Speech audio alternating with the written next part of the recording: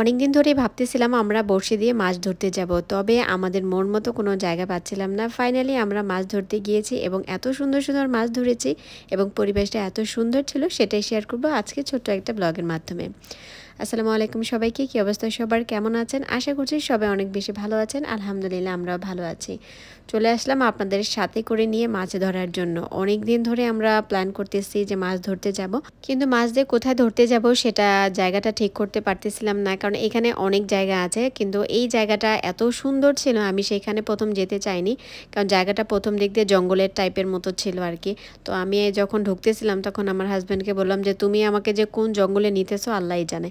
পরে যখন আমরা একটু সামনে আসলাম, এত সুন্দর একটা ভিউ ছিল। আমার কাছে জায়গাটা এত পরিমাণ ভালো লেগেছে, বিশেষ করে এই লেকটার জন্য। পানিগুলো এত সুন্দর ছিল, যদি এইটার গভীরতা কম থাকতো তাহলে তো আমি এখানে নেমেই পড়তাম। এত সুন্দর ছিল মাশাআল্লাহ দেখতে।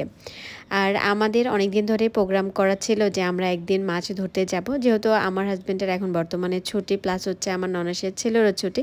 তো আমরা ভাবতেছি যে যাব, কিন্তু আসলে আমাদের তেমন পছন্দের কোনো জায়গা আমরা খুঁজে পাচ্ছিলাম না। আর বাচ্চাদের যেহেতু সাথে করে নিয়ে যাব, তো এরকম একটা সুন্দর জায়গা আমরা খুঁজছিলাম যাতে করে সেখানে আমরা বসে অনেকক্ষণ সময় কাটাতে পারি।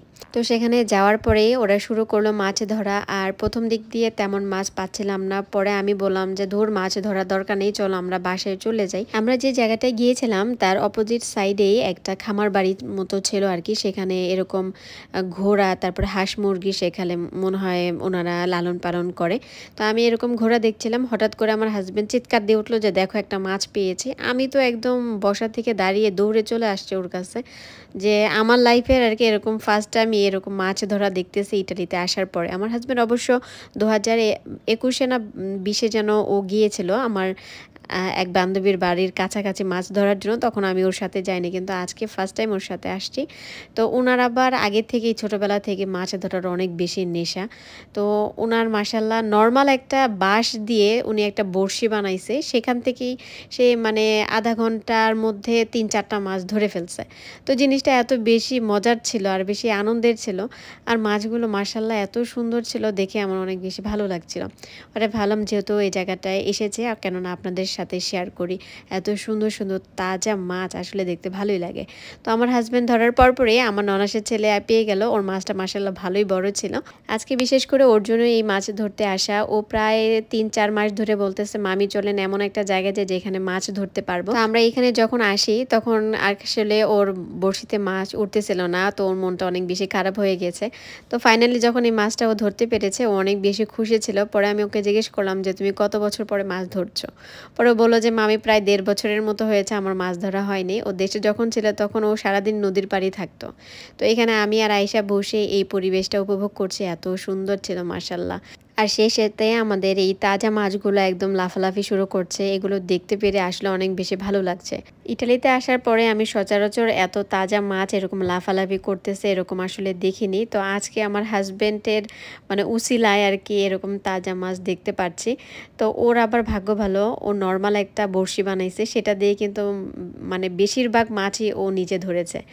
মাছগুলো এত সুন্দর লাগতেছে, আমি বারবারই বলতেছি মানে এত তাজা মাছ আমি আসলে কখনো ইটালি আসার পরে দেখিনি, ফার্স্ট টাইম দেখলাম। তো এই জিনিসটা আসলে অনেক বেশি ভালো লাগতেছে যে আমরা হঠাৎ করে এসেছি এবং শখ করে মাছ ধরেছি এবং তাও এতগুলো মাছ পেয়েছি, সেই জন্য অনেক বেশি ভালো লাগতেছে।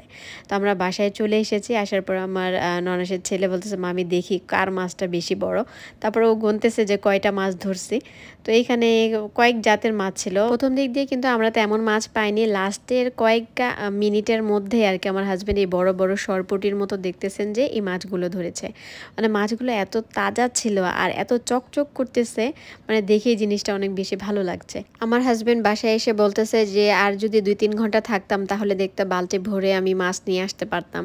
তো ইনশাল্লাহ আমরা নেক্সট টাইম আবারও যাব, যদি আমরা আবার যাই আপনাদের সাথে শেয়ার করব। তো এখানে আমি মাছগুলো ভালো করে পরিষ্কার করে ধুয়ে নিচ্ছি। আর মাছগুলো কাটতে অনেক বেশি ভালো লাগছে, মানে বিরক্ত লাগতেছিল না, যেহেতু আমরা নিজ হাতে ধরেছি এবং সেগুলো বাসায় এনে পরিষ্কার করেছি, মানে না অতটা খারাপ লাগতেছিল না। আমার এমনি নর্মালি মাছ কাটতে বিরক্ত লাগে, কিন্তু সেদিন আর বিরক্ত লাগেনি। তো এখানে মাছগুলো কাটাকাটি করে আমি ফ্রিজে রেখে দিয়েছি, আর পরের দিন আমি এরকম আলু টমেটো দিয়ে রান্না করেছি। তো আশা করছি আপনাদের কাছে আজকে ছোট একটা ভিডিও ভালো লেগেছে। সবাইকে অনেক বেশি ধন্যবাদ। আল্লাহ হাফিজ, আসসালাম।